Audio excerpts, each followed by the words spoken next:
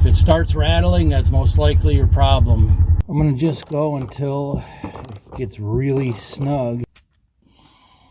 Yeah, it's 20, almost 25. All right, let's take it for a quick ride on some really washboardy area. We'll see if I can feel the difference or not. But just don't tell her. But just don't tell her.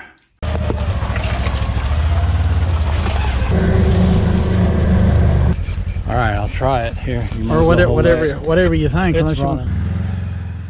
Hey guys, Capper here. Welcome back. Today's video is just a short shop vlog video on the new Polaris Ultimate. I'm getting it ready for a trip out west. Not out west, but to Virginia and some mountains. These clips here are from two recent ride videos I put up, which really didn't get that much traction, and I mean, I worked really hard on them. I think they're pretty good videos, but I'll link them in the description below.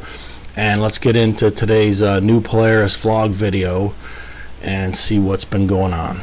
Today's just a really short vlog. If you follow the channel, you know that I'm all about a softer ride. So I moved the shocks back into the inside position, and it didn't do a whole lot. But today I'm gonna let some air out of the tires. Again, Greg gave me that idea. He's like, sometimes they come from the factory at like 30 PSI. We're gonna do that. We're gonna tighten up a couple little things and continue to get this thing ready for the Virginia mountain ride coming, I think, in May. So let's get a little bit of fresh air today anyways. Thanks a lot.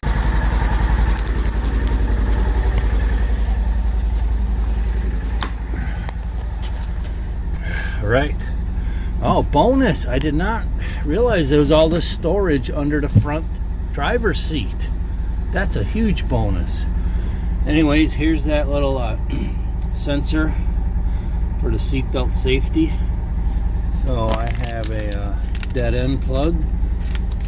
Plug that in and make one thing a little easier. Should fit just like that. But I'm gonna need two hands because it's a snug fit. All right, and there you have it. Get this thing laying back flat. We should be good to go. All right, I had them add this bed liner. But when they did, they took the cargo tie downs off for some reason. Maybe just forgot to put them back.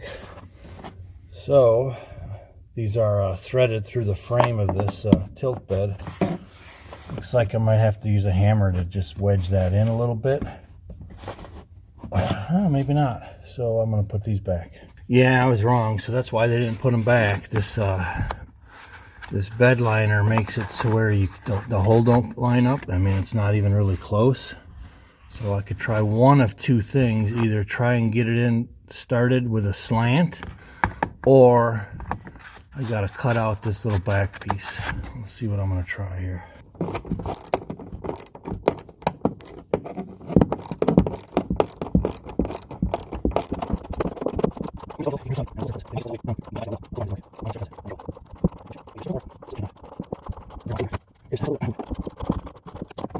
Just not gonna over tighten it. Good deal. All right, got my 4 tie downs back, and they did snug up real nice and tight. Only drawback right here in the corners, it sucked this plastic out. So I could either suck it in with a self tapper, I bet, or trim it. But right now I ain't gonna hurt nothing because I got other stuff to do. All right, I decided to go ahead and put a little self-tapping siding screw on there, so that's perfect. Oh yeah, and I also snagged the barn remote that's in Sharon's electric. But just don't tell her. Right now we don't have an extra one, so the King Quad gets the remote control for now. Alright, he's going into one of my small pockets over here. So you see to where I'm crossing this field right now, I'm going against the grain and it's dry and hard.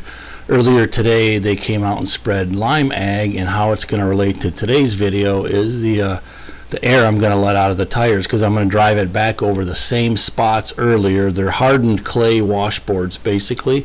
So let's do the air in the tires. I'll show you how they came from the factory, and then we'll do a test ride in it. Let's see how this mud that's been caked on now for a couple weeks does.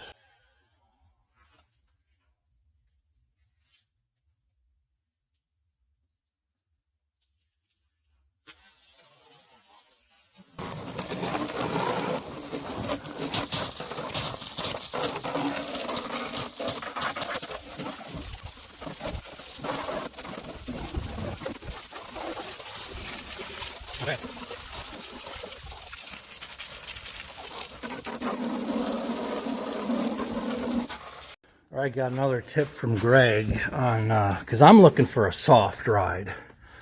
And he said sometimes these will come from the factory from Polaris at like 30 PSI when it only needs to be about 11-ish.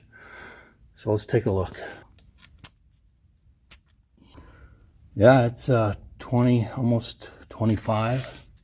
All right, took the rear down to about 12 PSI. Yep, this one's about 20, almost 22 pounds. So we'll take this one down and do it all the way around.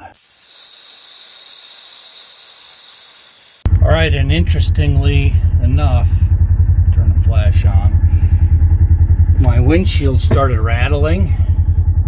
This is the push-out windshield, and I saw it on a forum just this morning, but I don't know if you could see it, but this top nut right here was loose. So I snugged both of them up, and the rattling is gone.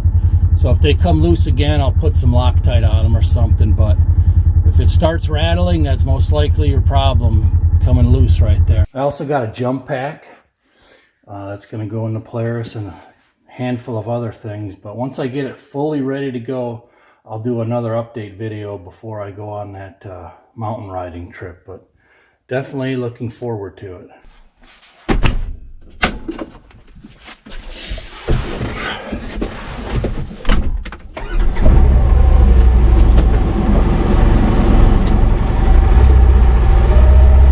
Take it for a quick ride. I just drove it a few hours ago on some really washboardy areas. So we'll see if I can feel the difference or not.